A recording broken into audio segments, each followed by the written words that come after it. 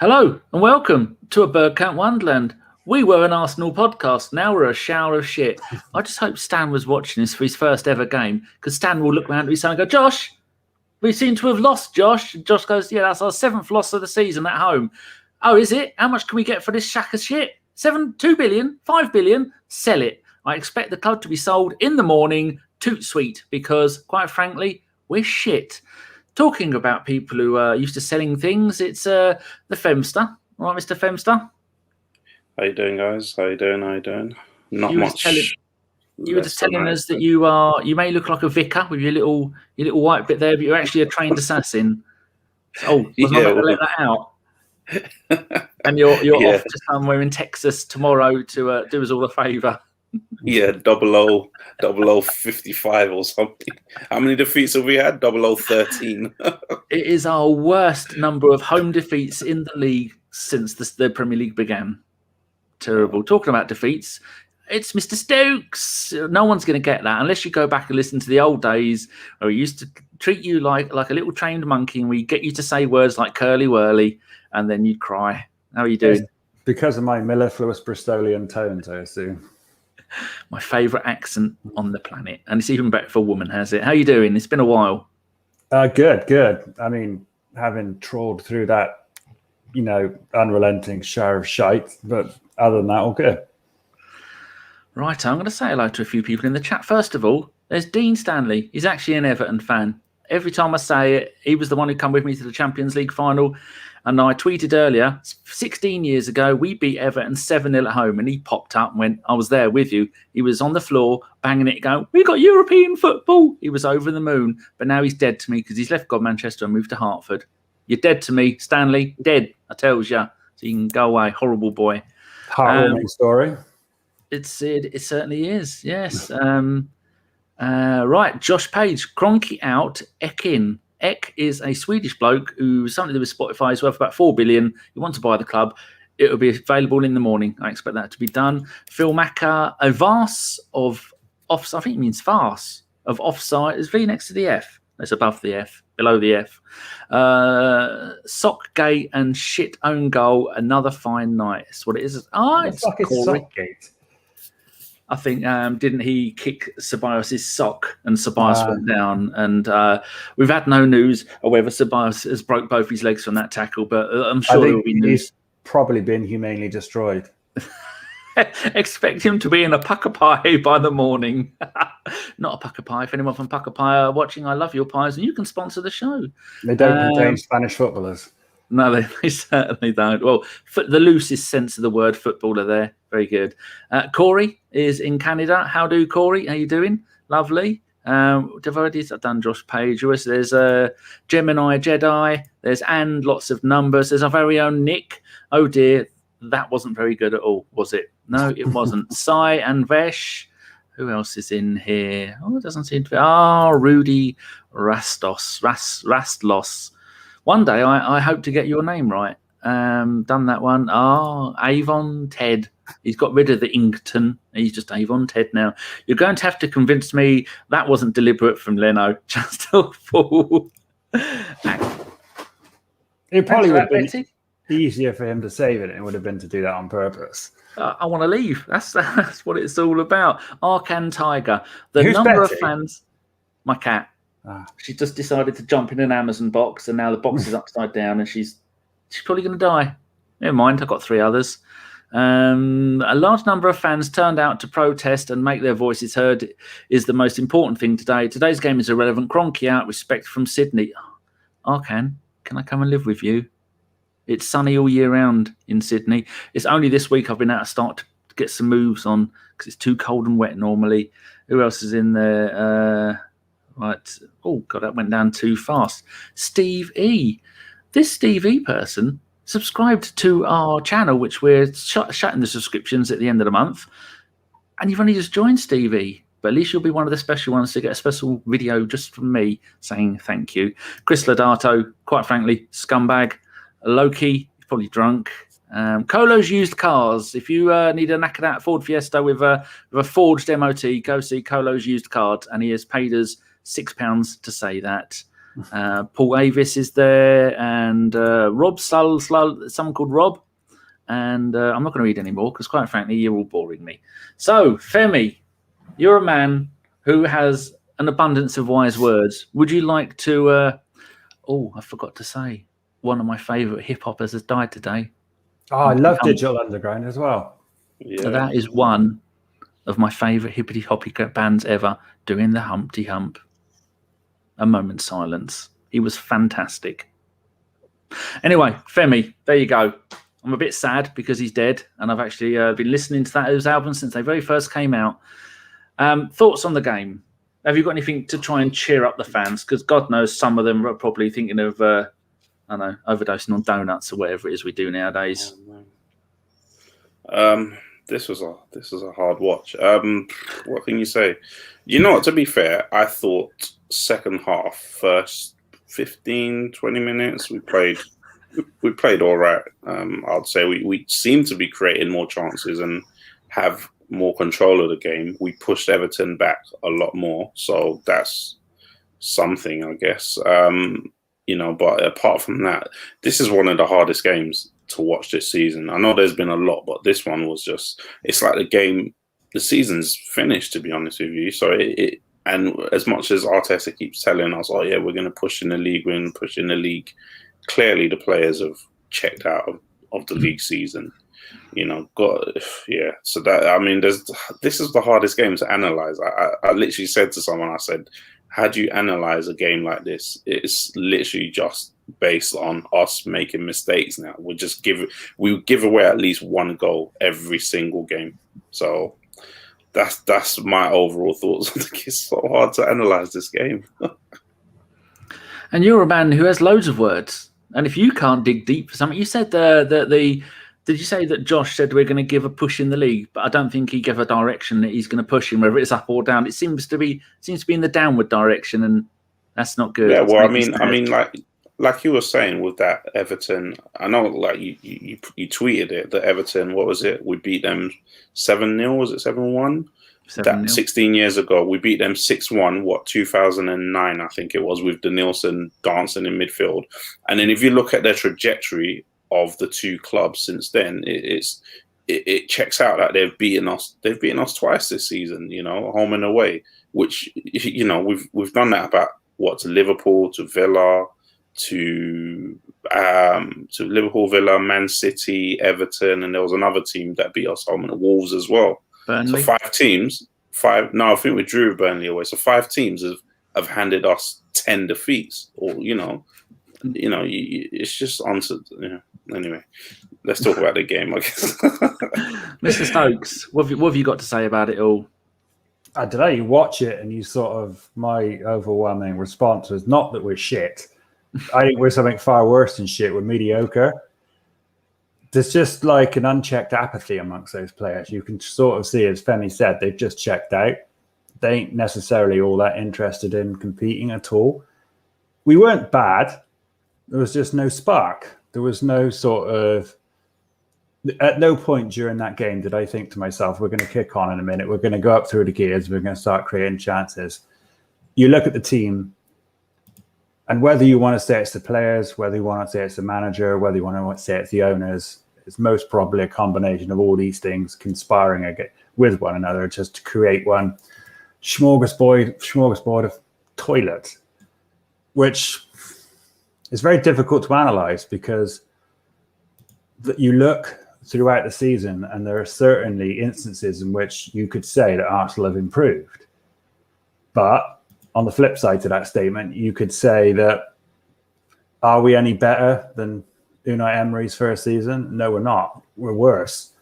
We're worse in terms of shots on goal. We're worse in terms of goals scored, goals conceded, points on the board. We're worse in every sort of criteria that matters. And to be perfectly honest, I don't see it getting any better. Certainly not this season. It just depends what happens in the summer. I think it is a bit knee-jerk to start talking about Arteta being sacked, but if they're not planning for it, if they've not thought about it, if they've not had discussions about it, and there's something seriously wrong with them. So what can be done about this? I did say to these two before we started the show, I've made 6 notes. The first one, like you were saying, Femi, great run. First minute, we either concede in the first few minutes or we have really good chances. Great run, magnificent cross from Chambers, which he's got a habit of doing lately. And little Eddie is tiny and didn't get a good head on it. He should have scored. And then there was another one a little while after where he had another header and he didn't put it in. And then 15th minute, Dean has another great run down their left. He was really, really good. He set up Calvert-Lewin 5 minutes ago, and this cross hit Holding and went towards goal. I mean, that's just the kind of bad. You'd expect that kind of thing to go in, but magnificent reaction, say, from Leno. So we've got to give him some kind of kudos for that, not seeing that ball coming in, because no one expected that to ricochet in the direction that it did. It was almost Roberto Carlos Le Tournois kind of bend on that. 17th minute, another great cross from Chambers. And again, Eddie didn't get up enough. Then Saka turned on the spot, had a shot right at the goalkeeper. So, yeah, like you were saying, Fem, at the beginning of the game, things did look a little bit like, oh, hold on a second. But would you say that if we had someone other than Eddie playing up front during that time, that we may well have got a goal or two?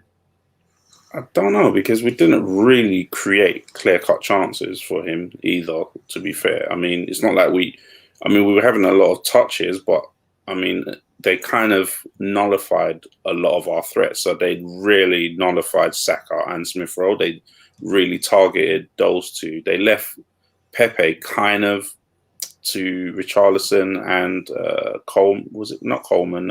It is Coleman on the right, isn't it? To handle. Yeah. So they left them to handle Pepe, but then as soon as Smith Rowe or Saka got the ball, they were right on top of them. You know, Gomez and Allen were right on top of them. So realistically, this is the biggest problem with Arsenal. We know what the problem is central midfield, isn't it? Because if they're doubling up on a lot of your forward players, that means your central midfield should have a lot more space, Partey and Ceballos.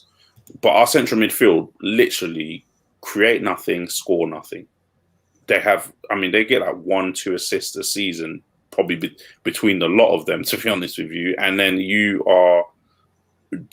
teams have just worked that out. So they'll just say, you two have the ball and we'll nullify all your forward-thinking players and then go and beat us. And we can't do anything about it. We've got nothing special. Even Partey, unfortunately, you know, he plays the odd nice pass and then, you know, the next 2 passes will be short or, you know, out of play.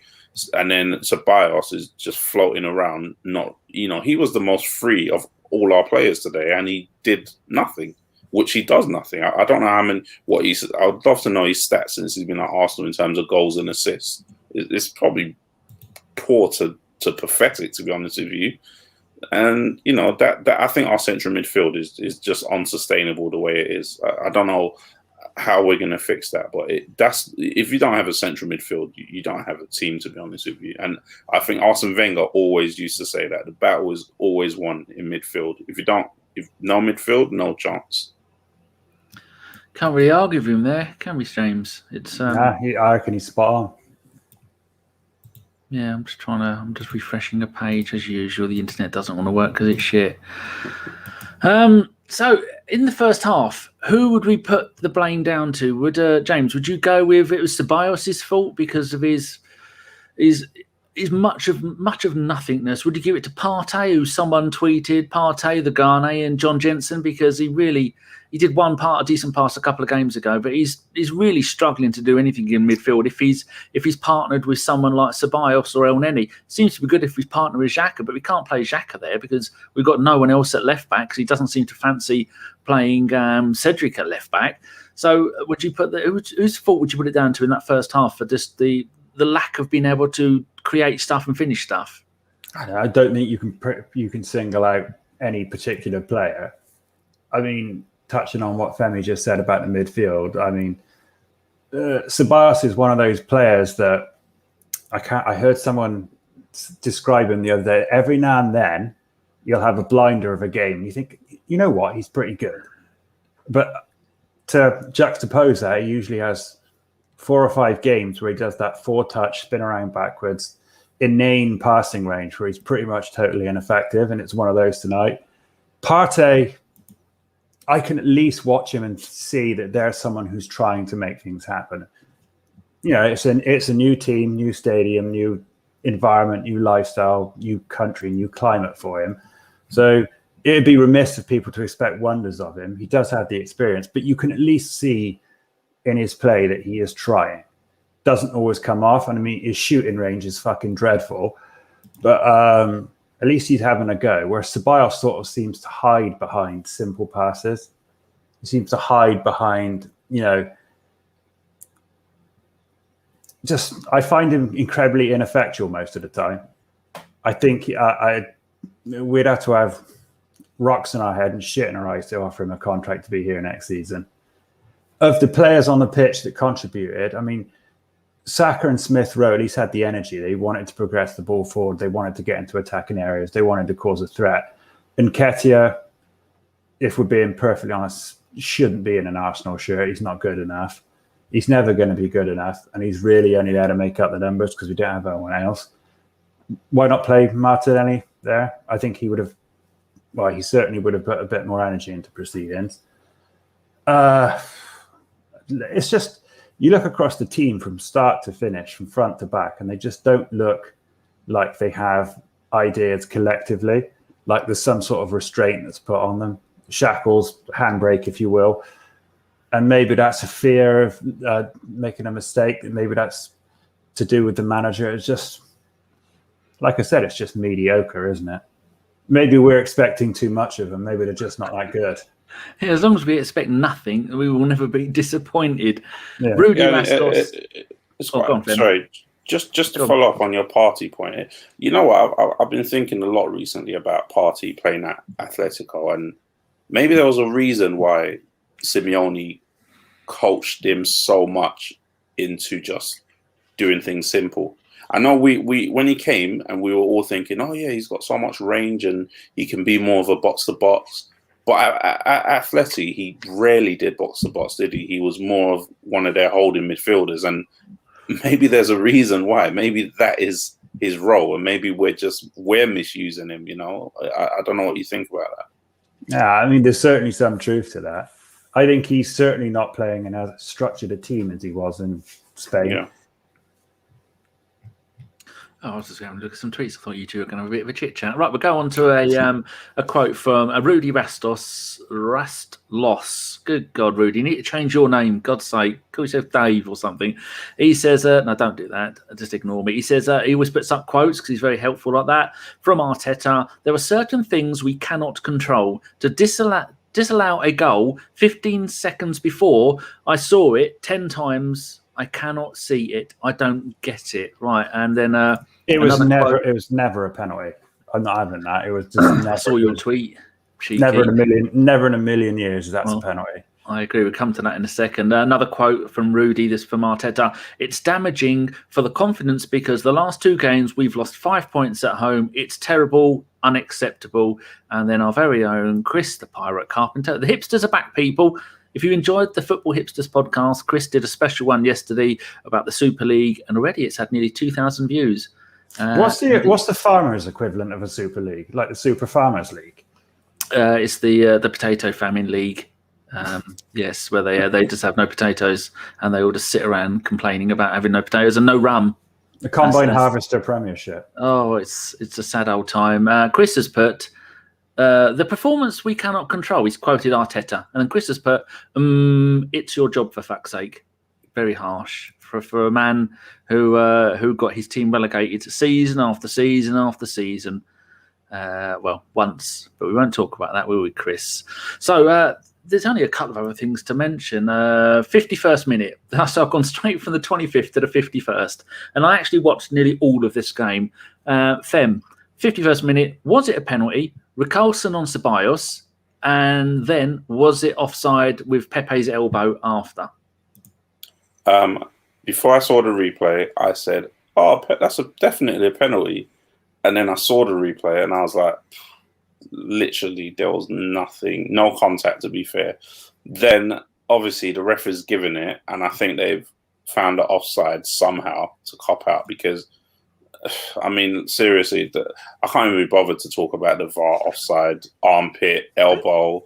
whatever. Number one, the technology is crazy because to me it didn't even look like the lines were even being done. It looked like your two kids have got together and were fucking around with your computer. Exactly. Number one, the lines. Number two, the point of contact to if you're doing lines to that much of a level, then you need to do the exact point of contact of the ball as well to that level, because my armpit might not be offside when the ball leaves the guy's foot. Then my arm, all these silly things. But eventually, for me, it's not offside. I mean, it's not a penalty, to be honest with you. It's not offside, but it's not a penalty either. If that was given against us, there would be all the conspiracy theories if that penalty was given against us and upheld. So, it is what it is, I guess. James, you tweeted about this, and I tweeted about it. I went off, pen my arse, and then VAR's trying to kill the game because it wasn't offside. I reckon that decision is pretty much the perfect summation of VAR to me. Two fucking ludicrous decisions to actually get to the right one. It's madness. Look at that. Dean's put Etch-a-Sketch VAR. That's what it looked like. I mean, it's never a penalty, and he's offside by what? The skin follicles on his elbow. It's just nonsense. Are you going to say any more than that? Because I'm about to go and cut that and use that as a name for this week's podcast, Etch-a-Sketch VAR, because it's brilliant. So I'll just cut it and paste it. Well, you two talk amongst yourselves while I paste this. It is crazy that, the game has got to this point where computers and what? It's not even that the technology is bad. I said before the technology came to England, I said the English referees are not good enough. Already. So you're adding something else to make them even worse at, and it's all these things that you just keep thinking, oh, what is going on? But yeah, that's my thoughts on VAR. But it definitely wasn't a penalty, but it wasn't offside. It's just been one of those seasons where you've got no fans in the ground, so there's no atmosphere. And you take that into account, you add VAR alongside it, it's just sucking the joy out of it.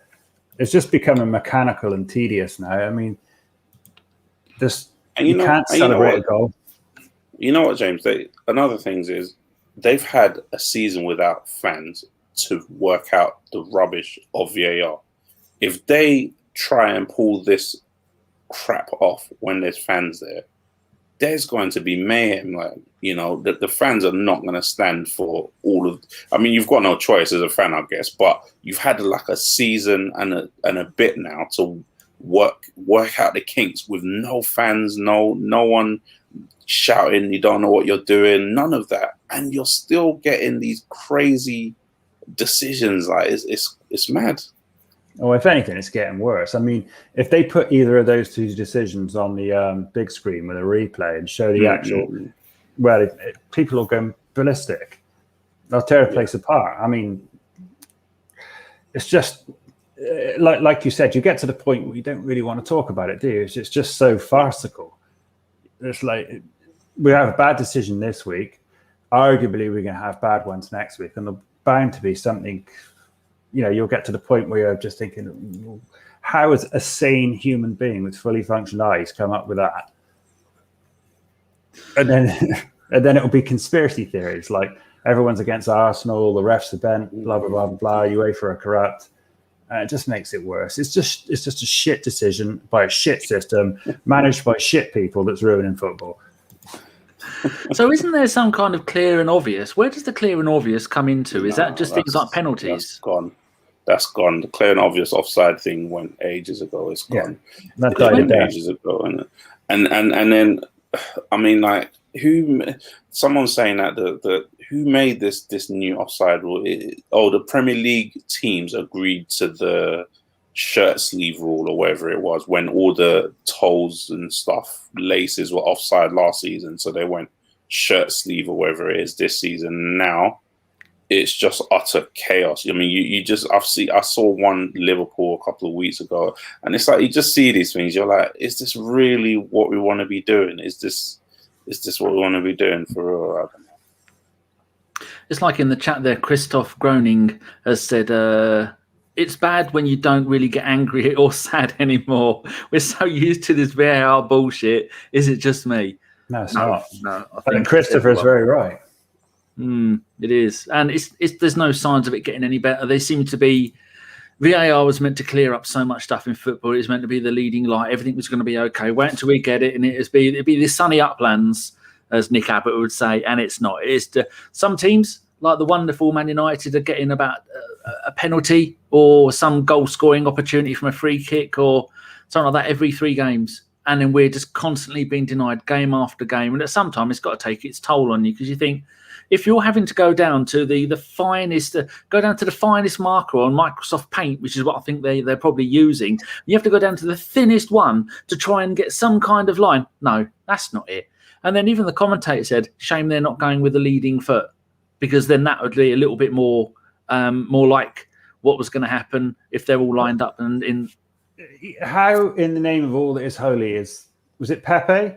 How is he obtaining any sort of advantage in that position with his fucking elbow out like that? It's just...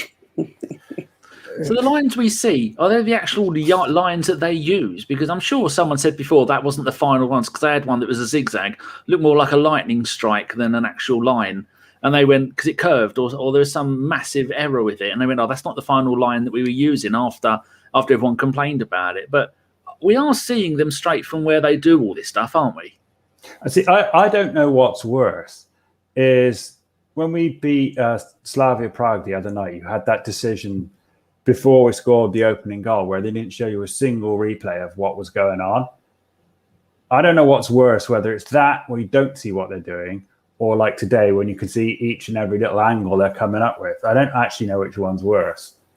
Do you know, Femi, whether what we are seeing on the screen from BT or Sky Sports is the actual lines that they're using, or is it just... I think the Premier League one is what they're using, to be fair. I think the one, like you're saying, in the Europa League and in other leagues, actually, they don't show the lines anymore. It's us that show the line. But yeah, it is them working it out as we're seeing it. Anybody who's used any kind of graphics package, you don't get the entire zoomed out thing. The full thing. You go and zoom in and zoom it and closer to get more accurate. They just seem to go on their massive big screen, go straight line. There you go, bish bash bosh, job done. That'll do. Dani, I think the obvious solution here is for you to take over VAR duties next season. Yeah, I'd set fire to it and put it in a bin and then roll it down a hill. Phil Mack was put 3 things that are clear and obvious. VAR is shit, we are shit, Spurs is not an elite club. All accurate. Oh dear. If anybody was at the protest today, congratulations. It didn't get nasty. The police turned up and you will behave yourselves. Thank you very much to everybody. And there was maybe a couple of thousand people there. I was watching most of it. It is a properly impressive turnout, wasn't it? It was. You did kind of think, oh, please don't let this be one of those ones where you see other clubs do a protest and it's, 2 people and the lunch lady with a sign that says down with that sort of thing. More of a picnic than a protest. Yeah. that was they did. Then people should be proud of themselves. They did. They were very, very good. It got a little bit silly at one point. They were getting on top of the awning outside the front of the shop. Did someone break a leg? Did you see that? I think someone fell off. A young kid fell off. Yeah. Anyway, right, another quote here. Rudy is putting here, Arteta on VAR decisions, and he quotes, "This has been building up. Enough is enough. Today I had enough. We've had many of them and no one explains them." Rudy, did you make that up? Because it's usually Loki that makes these up. And Rudy's also put, if it affects a lot of people, our job and most importantly, our football club. You can't have a loss is not on VAR. It's just not. Yeah, I was about to say, I think this is a little bit of deflection. I mean, yeah, there was how many more minutes to go from there? Plenty of time to go and do something. And Rudy never puts fake quotes, so I believe what he has put because he's not like that. Hambo Gumble has put Jetador. The Stolen Monk, a.k.a. Nick Abbott, far more entertaining than Arsenal. A fellow Nick Abbott listener. The man is I don't agree with him on a lot of the stuff that he says, but I love the way he says it. Jimmy H, they even measured it wrong. K-Man, we didn't lose today because of fucking VAR. Come on, Arteta. Here we go. Thunder, his first quote that I've seen tonight. VAR will improve it once it has corporate sponsorship. Oh, dear. So, James, where do we go from here? Do we just put all of our egg, our one broken egg, in our Europa League broken basket? Are we all ready for the crushing inevitability of Unai Emery dumping us out of the Europa League? Where do we go from here? I mean, Jesus Christ, that's a long and meandering answer, isn't it? I'd say I'm 50-50. Do you think changing the manager is a good idea? Arteta, at least in phases, seems like he knows where he wants to go. Whether or not he's correctly implementing the means to get to that place is another matter entirely. But he says the right things. Me personally, I think that's what separates him from Emery. It's why people give him a chance, is because he's a much better grasp on the language. He doesn't have horrendously greasy hair, and you can actually understand the points he makes. So he seems to be like he wants to put us in a direction that we need to go in, but it's just getting there. Do I think we'll win the Europa League? No, it's a big ask. I mean, Villarreal are a decent team, and should we get past that hurdle, we got to get past Man United or Roma. Arguably, both of those on their day would be better than us. Depends which Arsenal turn up, doesn't it? I mean, that's what's so frustrating. Those players do have the ability to be exceptionally good on their day, but that day is few and far between, isn't it? It's not like in the days of Wenger where you'd have a performance and it'd be this shit, but would go out next week and actually batter someone. And you don't get the impression we'll do that now. Is it like it'll go from one level of toilet to not so bad then. That was my afternoon, by the way. Thank you, lactose and gluten. Made me ill, you fuckers. What a horrible thought. I've become an oxtail soup dispensing machine. Right, a quote. It must be like opening a portal to hell. Sean's mum had nipped round. She came round and shut the door. I got to close the door. Oh, dear. Anyway, Rudy's had another quote here. Arteta on whether the players knew about the protests. We got inside the stadium early. Obviously, they know what is happening. They are all connected to social media. We let them know the reasons why the fans, were outside. Who let them know the reasons? Why did the club need to let the players know the reason? I'm sure the players figured out the reason by Sunday night why the fans are outside. No one needed to let them know the reasons. I mean, honestly, I'm so. Do you know what it is? I'm not. If he got sacked or if he left in the summer, I just wouldn't be. I'm sort of like 50-50. Like if he gets sacked, he gets sacked. You can't really have any complaints that he hasn't been given a chance. If he doesn't get sacked, my only thing is you cannot have a situation where you get to November, December, we're playing like this again, and then you sack him. Make a decision in the summer. Don't get to the middle, because if you get to the middle of the season, unless you get lucky like Chelsea did, we remember last time we sacked Emery. I mean, we were like so clueless as to what we wanted to do. We put Ljungberg in with the doctor and Per Saka, and that was it. And the tea lady doing the goalkeeper training. And that was it. So I forgot about that. You don't want to be doing that in the middle of the season. I mean, and then now, who's even left at the club that could even run it? Steve Bold, probably. That's it. So that's your caretaker manager, Steve Bold, who's having a torrid time with the under-23s as usual. Ed, who could have a go? Fucking everyone else has. There you go. Who else is there? The club is bare thin at every level right now. We've sold ourselves really short in so many areas of the club. We've got 4 members on the board. We've got Vinay, Edu, Arteta, and Per Saka. That's it. That's literally all there is at the club. Everyone else is like administrative people. It's crazy. It's just not good enough. That's the bottom line. There's nothing that's good enough about this performance.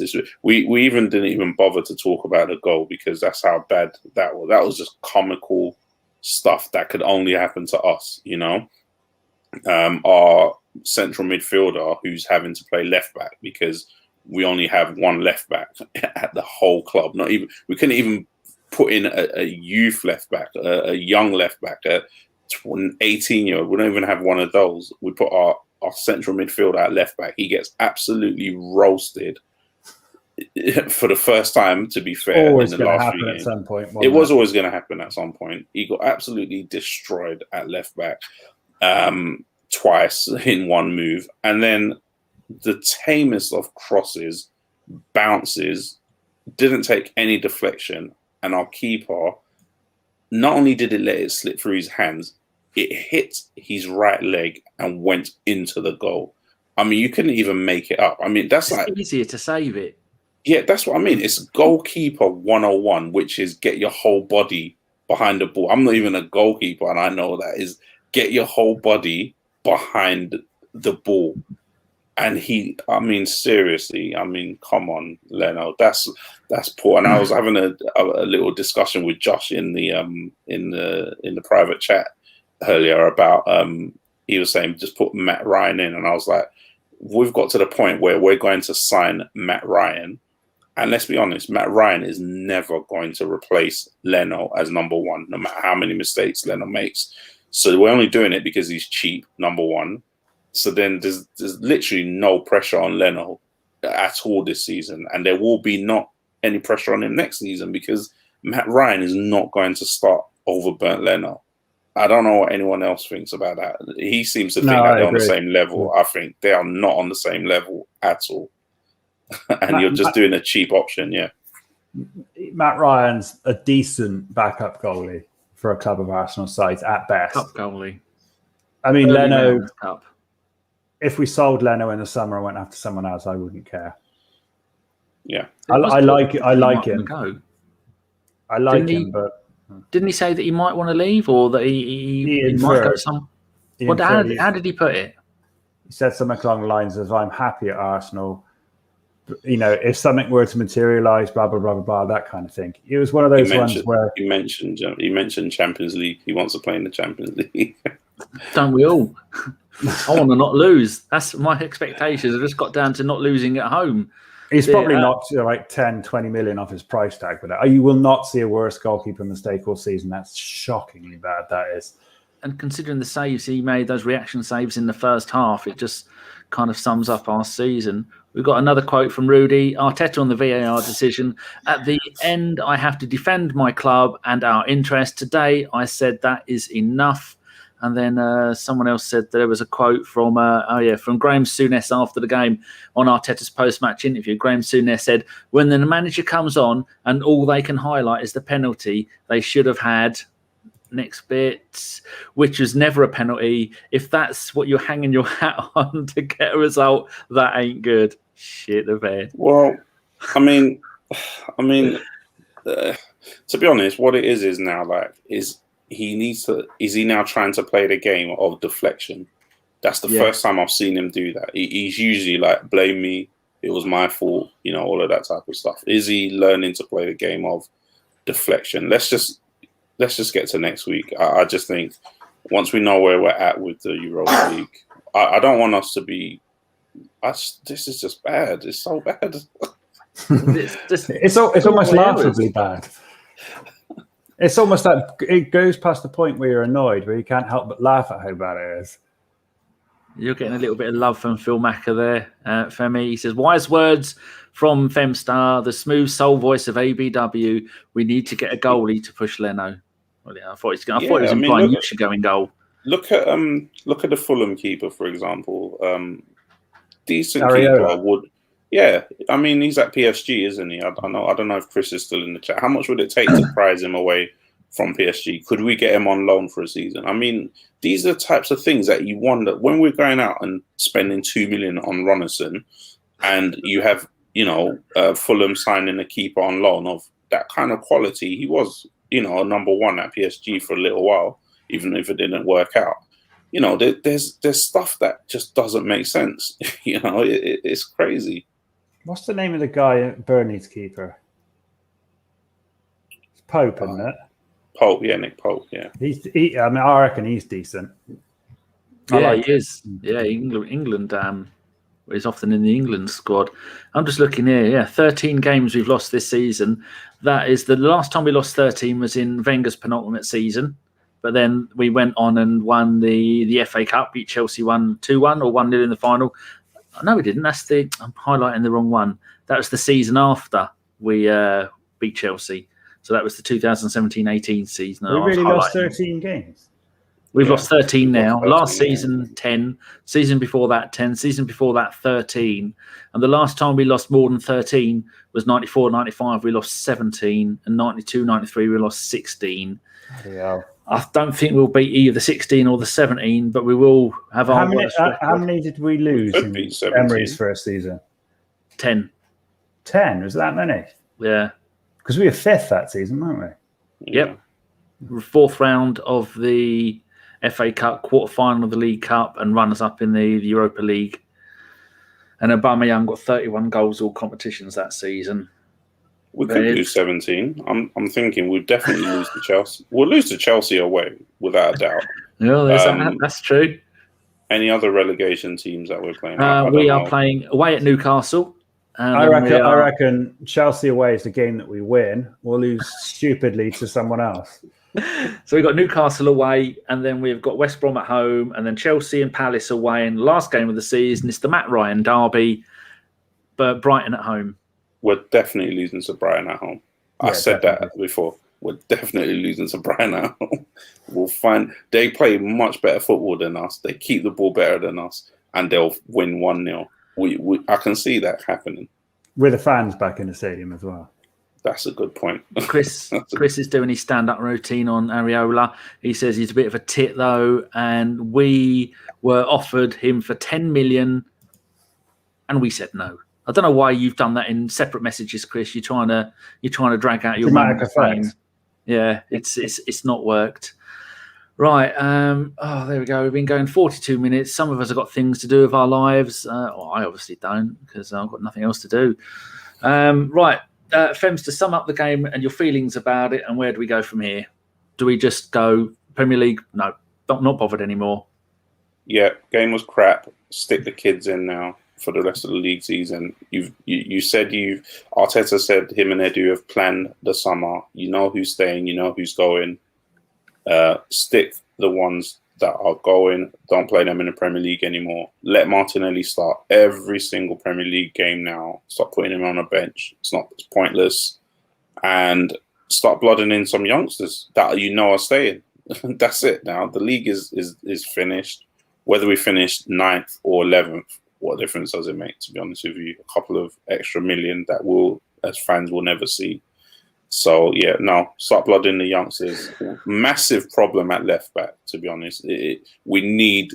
They said Tierney's a bit ahead of schedule, so fingers crossed we can get through the next, week, isn't it, with Villarreal, next 2 games with Villarreal, and somehow, miraculously, Tierney can come back. Imagine a club... If I told you 5 years ago that a left back would be our most important player, that the whole team would fall apart without a left back, you would have said I'm crazy. Oh, very true. Archangel. Why can't I say that word? Archangel. I've got that wrong as well. He says the first time we failed to score in 10 times in a season, another record, and formerly knows, she says, can we sign Sebastian Frey now? Oh, James, how do you feel? Sum up how you feel about the game and where we go from here. It was shit. It was particularly shit. It was, traditionally shit, in keeping with how shit things have been throughout the season. Where do we go from here? Totally agree with what Femi said. Forget about the league. League is now pretty much inconsequential. We're going to finish in a position that doesn't befit a club of Arsenal's size, in a position that's, to be honest, quite embarrassing. We have to throw all our eggs towards the Europa League basket and hope for the best. And if things don't work out, then they don't work out. We have to try and rebuild in the summer. True. Reese AFC has put a decent point here. Get rid of Arteta. Get Rafa in now. We need an experienced manager. Didn't he do that at Chelsea? He came in and won them the Europa League. I'm sure that he did. In now, I don't know. I don't sit here and pretend to have the slightest idea what we should do, but I don't think an experienced Rafa Benitez is the answer. Only a crazy team sacks their manager a few days before important cup game, isn't it? Yeah, you got to be a bunch of complete idiots to do something like that. Yeah, exactly. It's so annoying that the whole Super League fiasco came out, and in amongst all that nonsense, it got buried the fact that Spurs sacked Mourinho, and we didn't really get to enjoy it because it is hilarious. That's exactly why he did it. He's a flipping calculating prick, that guy, isn't he? Well, maybe we're waiting because the thing with, as we heard from Jamie Redknapp's WhatsApp message that got out, that Spurs went, well, they had different degrees of his contract to get rid of him. And if they were 7th or below, then that means they only had to pay about 8 million. I think it was 4th to 6th. It was a little bit more. So maybe Kroenke and that lot are waiting until we're, I don't know, can we get much lower? Maybe we've got to be about 15th and we can get rid of him for 25 quid because at the moment it's probably about 50 quid to get rid of him. I don't know if you agree, but I got this sneaking feeling that I feel they're a lot more likely to win the League Cup now. Now he's gone. I didn't think they stood a chance before, but now I've got this horrible sort of prickly sensation they're actually going to beat City. No, City are one of the greatest. I'm not going to watch it. They're one of the greatest teams in modern football. Their manager, their players, they're top. So they've taken out their Aubameyang, and they've still gone on nearly won the quadruple. They're on the verge of it for the FA Cup semi-final of winning almost everything with their best player, best striker gone. That's absolutely crazy. Right. There you go. That 30-minute show ends up lasting 46 minutes. There's 112 people watching now. Thank you very much. If you're new, don't subscribe, don't get a thumbs up, don't leave a comment, because quite frankly, YouTube can go fuck themselves. I hate them. Thank you very much for joining me tonight, Femster. You have been a star as always. Oh, I think there might be one of his children screaming at him because his dad's on the. I'll come back to you in a second when they stop screaming. James, you have been delicious. You have been effervescent, and you have been slightly moribund at times. Thank you. That's what I'm here for. Jock has just aggressively ejaculated in his pants, having heard that little session of words. Hopefully, we're going to get the Jockey Wocky Doodah. Don't bet on it. It's got to be a Tuesday afternoon, exactly at 8:47 with a crescent full moon. Yes, to be able to do a podcast. Oh, that's it. Femi, are you allowed to talk? You can have your kids screaming. It doesn't matter. No one cares. No. Don't want them screaming in the background. Mine only screams when I'm beating her. Usually it's Scrabble because she's physically stronger than me now. That didn't take much. Thank you for coming on, Femster. You've been brilliant as always. Oh no, that's good. Bad way to start the weekend, but we moved, aren't we? At least the weekend can't get much worse. I suppose. But that's it for football for me for this weekend. I'm not watching any more games. I'm not watching Match of the Day or anything. That's it. Football's finished for the weekend. I've given up watching Formula One because Mercedes are cheats. I've given up watching UFC because Dana White bought every other company. Now they've got 5 million fighters, none of which I know, and football is on its arse as well. The only thing saving me is the British touring cars, and Gordon Shedden is back, people. He's going to win the title, and Jason Plato's back. Don't tell me you like touring cars. No, I have no idea what you're talking about. Excellent. Otherwise, we'd have done another round. Welcome to a Bergkamp Wonderland, a British Touring Car Championship podcast. That has a nice ring to it, doesn't it? Minus 27 listeners. Oh, they've all fucked off at that. They're dropping like flies. They're dropping like burnt Leno's knees. They're all getting through. There you go. Dejan did this at the end of the last show, but we didn't get it in time. It says, love from Serbia. Hello, Serbia. And hello to the Serbian ladies. And if you like a fat bloke with no hair and a very, very, very bad personal grooming, you let me know. No fighting, no biting, and no pulling hair. There's enough for everyone. On that tragic news, we will all see you again on probably Tuesday or Wednesday, unless we've given up podcasting by then. And after this, actually, I'm going to go and have a little looky poo. Hold on, people. I might be able to direct you towards another podcast. No, there isn't. Go and have a look for the Gooners podcast. It is Mike and used to be Andy, they are doing a show where he gives you the link like we've got here, and you can go in his waiting room, and then everybody who goes in there gets 5 minutes to go and talk about the game. Fantastic idea. And that's the Gooners podcast. That's where I'm going next, to go there and go and join in, because Mike and Andy. It's a virtual waiting room. Yeah. I did understand that, but how long do you have to wait? Like a couple hours? Oh, no one listens to their podcast because Mike's horrible human being, and he looks like a potato. Look, we're waffling on now. Oh, dear. So getting some love for DTM and touring cars in the chat. Lovely. Oh, formerly knows us. She likes DTM. Oh, lovely. On that non-bombshell, we're going to go. Thank you very much and good night.